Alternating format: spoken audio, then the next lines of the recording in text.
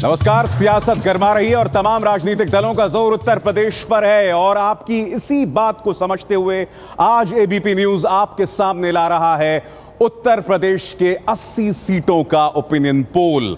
हम आपको बता दें, न सिर्फ हम आपको 80 सीटों का हाल बताने वाले हैं, बल्कि हम 3 और 4 अहम जगहों पर भी चलेंगे। मैं आपका परिचय करा दूं अपने तमाम संवाददाताओं का जो इस वक्त मेरे साथ जुड़ रहे हैं। हमारे साथ झांसी से ब्रजेश राजपूत, आगरा से रविकांत और अमेठी से उमेश। आप तीनों का रुख भी हम करेंगे, मगर 80 सीटों का आखिर क्या है हाल? निहायत ही चौंकाने वाले नतीजे हैं, जैसा थोड़ी देर पहले हमने आपको वायदा किया था। सीधे रुख करना चाहेंगे किशोर का। किशोर, अभिसार 80 सीटों में सबसे पहले बात करते हैं बुंदेलखंड की। जी हां, बुंदेलखंड की 4 सीटें एबीपी न्यूज नीलसन के ओपिनियन पोल के मुताबिक बीजेपी इनमें से 2 जीत सकती है। समाजवादी पार्टी 1, बीएसपी 1, यानी कांग्रेस को यहां जहां पिछली बार सीटें मिली थी नहीं मिलेंगी। ये सीटें कौन सी हैं? जालौन, हमीरपुर, बांदा, झांसी, बुंदेलखंड की ये 4 सीटें। यहां बीजेपी को 2, एसपी को 1, बीएसपी को 1। आम आदमी पार्टी यहां कोई असर नहीं दिखा पाएगी एबीपी न्यूज नीलसन के मुताबिक अभी के हालात में, और कांग्रेस भी कोई सीट नहीं जीत पाएगी। झांसी, बुंदेलखंड झांसी में मौजूद हैं ब्रजेश राजपूत। ब्रजेश, तो बीजेपी 2, एसपी 1, बीएसपी 1।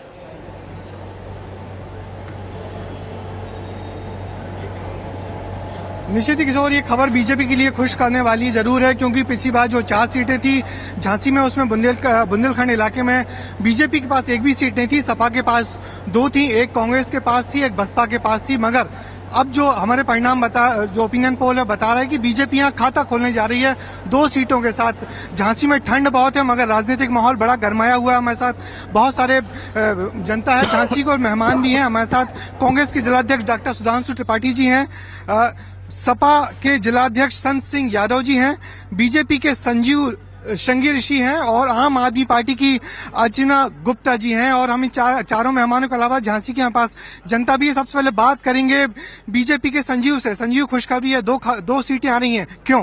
देखिए, ये अभी आपका चैनल जो बता रहा है वो भी बहुत कम बता रहा है। हम बुंदेलखंड की 4 सीटें जीतने वाले हैं। जिस तरह से देश में कांग्रेस की सरकार ने देश की जनता को छला है, उससे सीधा साफ दिखाई दे रहा है कि भारतीय जनता पार्टी बुंदेलखंड में 4 सीटें हम जीतने वाले हैं। ठीक है, आप 4 का दावा कर रहे हैं, मगर संत सिंह जी, आपके पास तो 2 सीटें थी, एक ही बचे। लग रहा है कि सपा अपना आधार खो रही है बुंदेलखंड में। अब हम ये कह नहीं सकते आपने किस आधार पे ये किया है आकलन। हमारी 4 सीटें समाजवादी पार्टी की झोली में जाएंगी, क्योंकि हमारे जो विकास कार्य हुए हैं, जो जन कल्याणकारी योजनाएं सरकार ने चलाई हैं, उसके आधार पर हम पूरा दावा करते हैं कि हमारी बुंदेलखंड में 4 सीटें निकलेंगी। कानून व्यवस्था की हालत बहुत खराब है झांसी में, हम सब देख रहे हैं, लगातार सरेआम दिन दहाड़े हत्याएं हो रही हैं। पूरे देश की कानून व्यवस्था इसी तरह की है, फिर भी हमारे यहाँ तो कानून व्यवस्था काफी हद तक ठीक चल रही है। चलिए, डॉक्टर सुधांशु जी, कांग्रेस के यहाँ से केंद्रीय मंत्री हैं और वो लगता है कांग्रेस इस बार सीट जीत नहीं पा रही है, क्यों? मुझे लगता है कि इतिहास की पुनरावृत्ति होगी। हमारे प्रत्याशी तो जीतेंगे ही, साथ में आपका जो सर्वे है, आपको करेक्शन विधानसभा चुनाव में करना पड़ा था। मैं आपको याद दिलाना चाहता हूँ, उस समय भी आपने 0 सीट दिखाई थी और हमें सीटें मिली थी। फिर एक बार आपको करेक्शन करना पड़ेगा, हमारी सीटें पिछले सीटों से ज्यादा आएंगी और राहुल जी स्वाभाविक रूप से इस देश के प्रधानमंत्री होंगे। चलिए, दावा कर रहे हैं कि राहुल प्रधानमंत्री बनेगा। हमारे साथ आप पार्टी, जो कि बड़ी तेजी से पैर पसार रही है पूरे देश में, झांसी में भी उसने अपना दफ्तर बनाया हुआ है। हमारे साथ हैं अर्चना गुप्ता जी।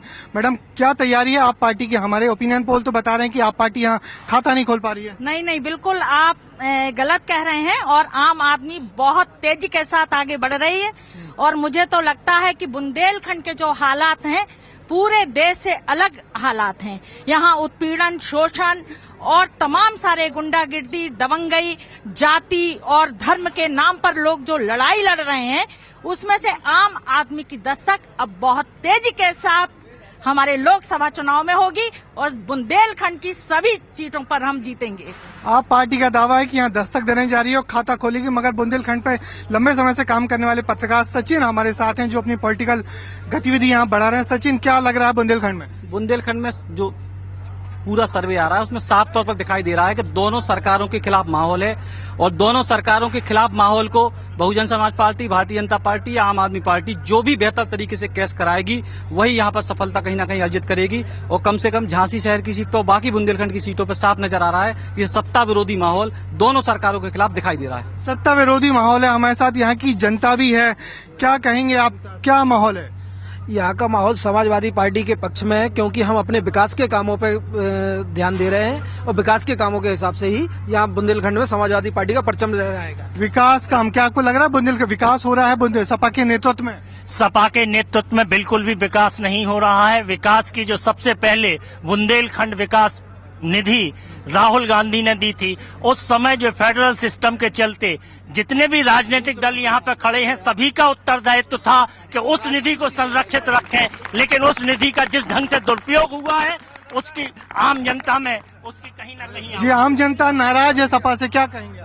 कांग्रेस ने सबसे ज्यादा विकास किया है। झांसी में कृषि विश्वविद्यालय की नींव रखी गई है और काफी विकास हो रहे हैं। एजुकेशन में देख लें आप, चाहे से और मगर कांग्रेस तो यहाँ खाता नहीं खोल पा रही, आपको क्या लग रही है, आप क्या कहेंगे? एक शांति का, एक लोगों को चाहिए है कि भय मुक्त झांसी हो, लोगों को चाहिए कि झांसी एक भय मुक्त झांसी हो। और हमारे कांग्रेस के मंत्री जी ने बहुत काम कराया है, कृषि विश्वविद्यालय उनके यहाँ से आया है। बहुत सारे लोग हैं जो अपनी अपनी बात कहना चाहते हैं, आप क्या कहेंगे? बीजेपी इस समय भ्रष्टाचार के खिलाफ, आतंकवाद के खिलाफ जो प्रदेश में माहौल है, देश में माहौल है, बिल्कुल जो देश में माहौल है वही यहाँ पे एकदम साबित होने जा रहा है। चारों की चारों सीटें बीजेपी जीतने वाली है। बीजेपी का दावा, कार्यकर्ता दावा कर रहे हैं बीजेपी की साइड खुलने वाली है, लेकिन यहाँ पर काफी सारा आप देख रहे हैं कि माहौल गर्म हो गया है झांसी का। और ओपिनियन पोल के हिसाब से आने वाला वक्त बताएगा कि ओपिनियन पोल कितना सही साबित होगा। मगर बीजेपी यहाँ, खबर यही है बीजेपी खुशखबरी कि बीजेपी यहाँ खाता खोलने जा रही है। ओवर टू स्टूडियो किशोर। बहुत बहुत शुक्रिया आपका ब्रजेश। और हम आपको बता दें कि मध्य प्रदेश का भी जो बुंदेलखंड वाला इलाका है वहां पर बीजेपी को जबरदस्त सफलता मिली थी और 2 सीटें इस बार मिलना अपने आप में काफी मायने रखता है। अपने तमाम पैनलिस्ट मेरे साथ बने हुए हैं, उनसे भी इसकी अहमियत समझूंगा। एबीपी न्यूज पर आप देख रहे हैं उत्तर प्रदेश की 80 सीटों का ओपिनियन पोल। हम आपके सामने बुंदेलखंड का पिटारा खोल चुके हैं। 4 में से बीजेपी को 2 सीटें मिल रही हैं। आपको याद होगा झांसी में नरेंद्र मोदी ने एक बहुत बड़ी रैली की थी। तो दिबांग, क्या ये मोदी का जादू है कि उसने बुंदेलखंड में 2 सीटें दिलवा रहा है उसे? बिल्कुल, ये मोदी का जादू है। मोदी ने वहाँ पर रैली की थी और ख़ास बात ये भी है कि राहुल गांधी वहाँ पर बहुत जोर लगा चुके हैं। और आपको याद हो तो पहली बार किसी दलित के घर रहे थे जहाँ से उन्होंने अपनी ये शुरुआत की थी यात्रा, वो बुंदेलखंड से ही हुई थी। 7,200 करोड़ का एक पैकेज दे रखा है उन्होंने और पूरी कोशिश की, क्योंकि बुंदेलखंड में घूम के आया हूँ, वहाँ बहुत सूखा पड़ता है, किसान बहुत ज़्यादा आत्महत्या करते हैं वहाँ पर। तो कांग्रेस की बड़ी कोशिश रही कि किसी तरह से इस इलाके को उठाओ, क्योंकि बुंदेलखंड का जो रीजन है उसमें मध्य प्रदेश भी आ जाता है। तो उनकी कोशिश ये रही कि अगर ये उठ जाएगा तो इसका असर न केवल यूपी पर पड़ेगा बल्कि मध्य प्रदेश पर भी पड़ेगा। लेकिन लग रहा है कि ये सिर्फ बातें हुई हैं, वहां पर काम के नाम पर बहुत कुछ हुआ नहीं है, जो हुआ नहीं है। राहुल गांधी की प्रयोगशाला एक तरह से बुंदेलखंड रही है। और अगर कांग्रेस का सुपड़ा साफ बुंदेलखंड में दिखाई दे रहा है और बीजेपी को 2 सीटें मिल रही हैं, तो यहां पर फिर वही बात होगी मोदी बनाम राहुल गांधी की। देखिए, राहुल गांधी की तो सारे प्रयोग फ्लॉप हैं, उसके बारे में चर्चा करना ही व्यर्थ है। उत्तर प्रदेश की राजनीति में कांग्रेस और राहुल गांधी ये दोनों फ्रेम से बाहर हैं।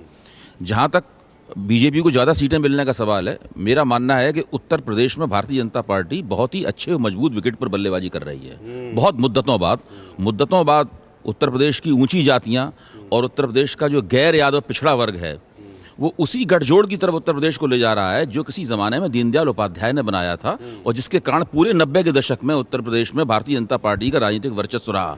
तो इस वक्त भाजपा उत्तर प्रदेश में उछाल पर है। अभी आप जब आगे, ये भी साफ है कि प्रदीप जैन जो कांग्रेस के तरफ से मंत्री हैं वहां पर, वो चुनाव हार रहे हैं। नरेगा के लिए इतना काम किया, कलेक्टर के बाहर कुछ लोग धरने दे रहे थे कलेक्ट्री के बाहर, वहां पर राहुल गांधी गए थे, वहां बैठ गए थे, तो वहां वो चुनाव हार रहे हैं। राहुल जी, यानी कि जैसे कि विजय ने कहा, सरकार की जो सामाजिक सरोकार की योजना है उसके फ्लॉप होने का एक सबूत हमारे सामने है कि अगर बुंदेलखंड में आपका सुपड़ा साफ हो रहा है।